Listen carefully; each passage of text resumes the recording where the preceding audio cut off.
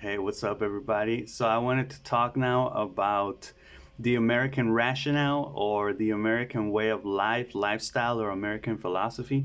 And I think this is very interesting because lately I've been noticing in series and movies that I've been watching how Americans kind of reason with this type of virtuous but emotional perspective while also maintaining their rigidity, right, or their strictness.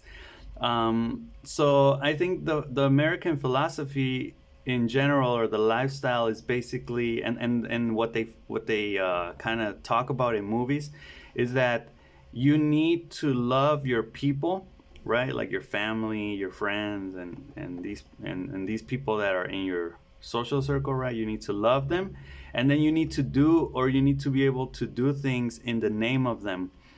This justifies killing, for example, in movies.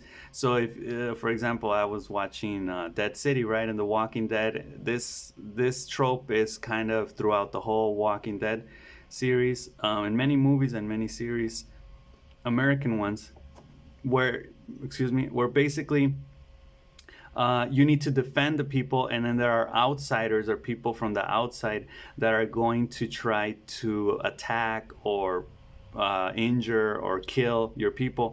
So then you have to defend them, and then you have to be willing to go as far as kill other people, right, from the opposing side in order to protect your people, right? But the justification is I'm protecting my people. I'm not doing this because I'm a psychopath or because I want power, right? I'm doing it because I want to protect my people.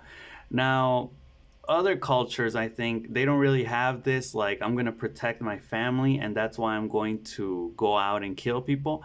They have more of like for example in Mexico there's a rationale of respect, right, where basically all other emotions are hidden under respect. You just have to respect people, people respect you, and that's pretty much it, right? There's no other type of situation involved in that case. But American movies or American philosophy justifies basically, you know, going for power. And when you get power, then you exercise it in the name of the people that you're protecting, right? In the name of love. So other cultures, for example, will just flat out, straight out go after power without justifying it with love, right? But the American culture tends to justify power through love. They say it's because we are protecting our people, right? Whereas other cultures just say, fuck our people, we just want power. They're more, I guess, direct about it, I want to say. Yeah, other cultures will just do it for power, and the US will basically disguise power for love. So, inevitably, it leads to a power dynamic, and that's why the United States is the most powerful nation, or one of the most powerful nations in the world, right? Everything they do it to protect. They do it to protect people from other countries. So, for example, when they invade a country, they're thinking in the well-being of the other people, right? Of the innocent people in that country or their own people back at home, right? They're defending freedom, they're defending liberty, they're fighting for these things.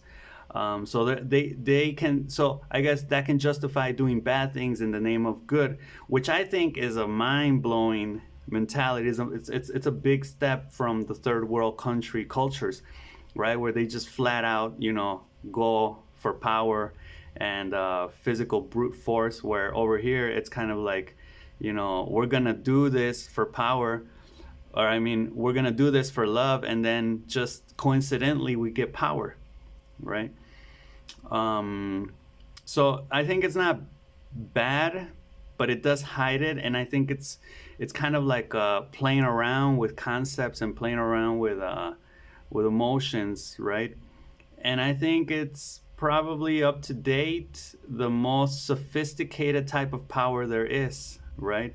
The most sophisticated type of rationale where you can be wrong, but because you're doing it from an emphatic or a sympathetic or an emotional perspective, right? It's not really frowned upon. It's not really something that people are gonna say it's bad because you're doing it your intention is good, right? And this goes a little bit back to what Nietzsche was saying with the intention. If your intention is good, and I've talked about this, if your intention is good but you fuck up, people will still think you're good, right? Whereas back in the day, Nietzsche would say, things weren't based on intention. Things were based on results. You know, what were you actually doing, not what was your intention, right? So we've gone from actual results to intention, and then for me, it's just really interesting. You know, what's gonna come next? You know, like, we had the Romans, we have the U.S. now. There's been many superpowers in between, I know, but who's going to be the next superpower, let's say in maybe, I don't know, like 1,000, 2,000 years? And what's their rationale, what's their lifestyle, what are their movies going to be about? You know, what are they going to like divulge, to spread out there? So yeah, I think that's really interesting. It's worth thinking about for the future, and it's worth probably thinking a little bit more about the American culture. You know, an interesting power dynamic worldwide.